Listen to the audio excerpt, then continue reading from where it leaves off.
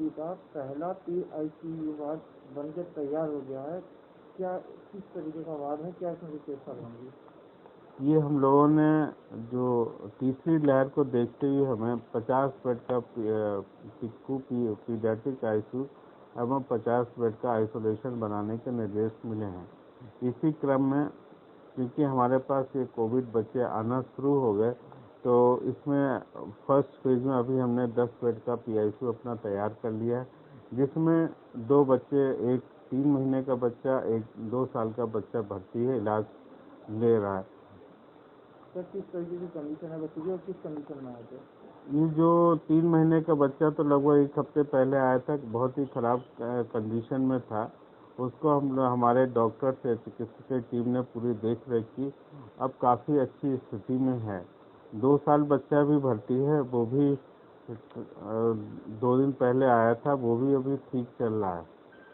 Sir कितने बच्चों के किस तरीके की व्यवस्था की गई है, कितना आइसोलेशन वार्ड में है? अभी तो खाली 10 बेड का हम लोग तैयार किए हैं और ये 30 जून तक हमें अपना टारगेट रखा है। 30 जून तक जो शासन से निर्देश हैं उसके अनुसार 50 बेड का PICU हम तैयार करना है। उसके लिए तैयारियां शुरू कर दी हैं और वहाँ पे जहाँ हमें गैस पाइपलाइन, ऑक्सीजन पाइपलाइन की ज़रूरत है, उसको भी हम लोगों ने ऑर्डर कर दिए हैं, डलना शुरू हो जाएगी।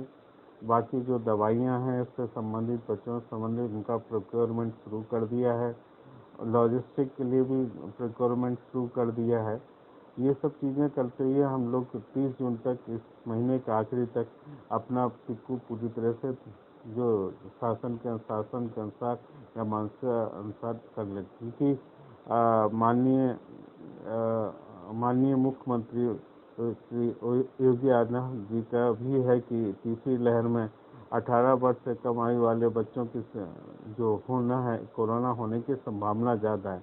इसी के देखते हुए तीसरी लहर की तैयारी हम लोगों ने अभी से करना शुरू कर दिया है। सर किस तरीके का चैलेंज मानते हैं तीसरी लहर को लेकर, क्योंकि कुछ बच्चे हैं, दूसरा कोरोना महामारी? हाँ, थोड़ा सा इसमें बच्चों के साथ दिक्कत तो है, क्योंकि बच्चों के साथ हमें उनकी मदर या उनके अटेंडेंट को रखना पड़ेगा, तो उनके लिए भी हमको व्यवस्था करना, अभी से उनके लिए भी व्यवस्था हम लोग कर रहे हैं, जिससे वहाँ पे रुका रहे। तो ये सारी व्यवस्थाएं की जा रही।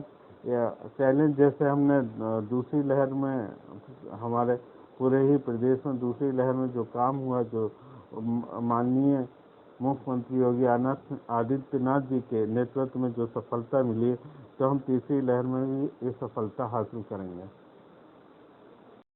आपका परिचय जानना चाहूँगा। मैं professor Vijay Jaiswal, head of department बाल रोग विभाग, मेरठ मेडिकल कॉलेज। मेरठ का पहला PICU वार्ड तैयार हो चुका है जी।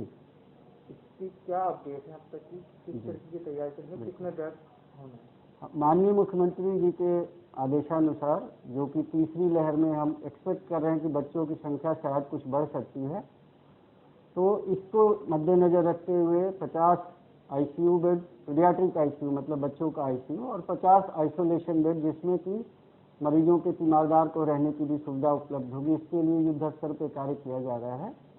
अभी इस कड़ी में हम लोगों ने 10 बेड का PICU तैयार कर दिया है एक्सक्लूसिवली कोविड बच्चों के लिए, और फिलहाल उस पीडियाट्रिक ICU में 2 बच्चे उपचाराधीन हैं।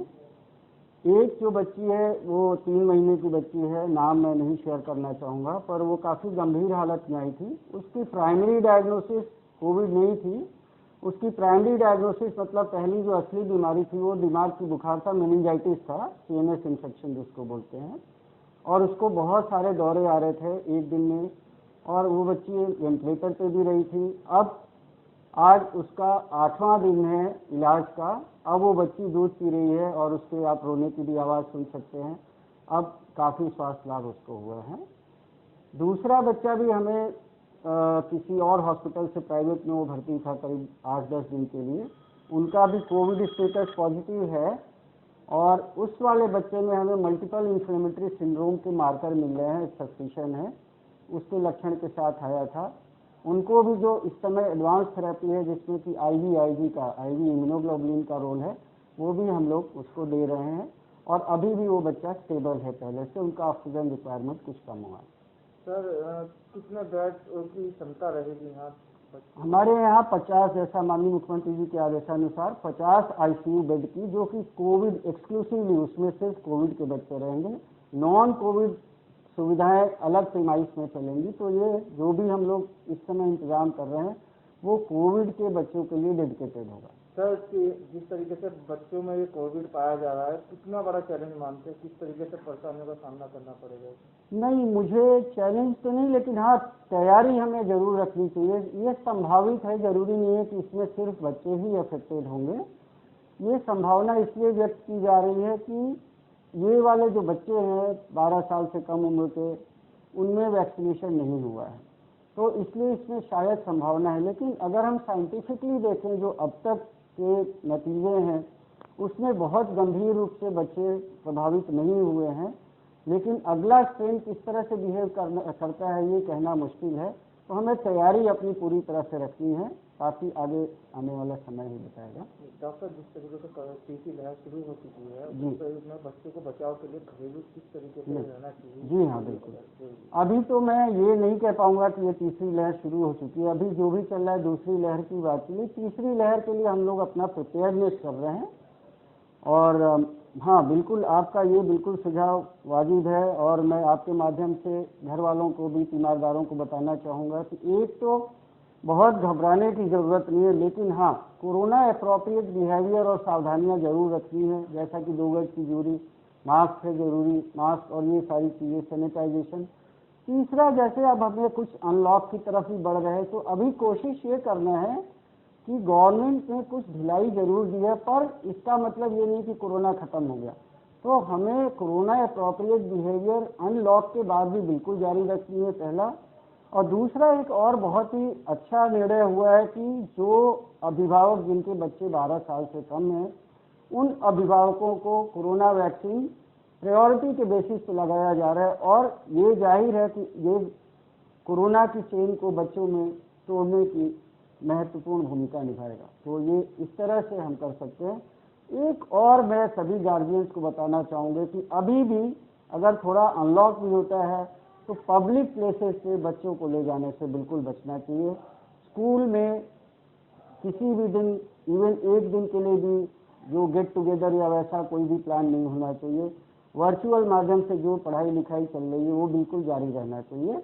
और घर वालों को भी बच्चों के साथ क्वालिटी टाइम, मतलब कि बच्चों के साथ खेल की भावना को ज़्यादा प्रेरित करते रहना चाहिए, बशर्ते कि टीवी देखना और मोबाइल छोड़ना। तो कुल मिलाकर अगर ये माने तो 2 बच्चे अभी तक पॉजिटिव पाए गए हैं? जी हाँ, 2 बच्चे इसमें पॉजिटिव पाए गए हैं। पॉजिटिव तो और भी हो सकते हैं, लेकिन जो 2 बच्चे हमारे पास भर्ती वो काफ़ी गंभीर स्टेट में आए थे।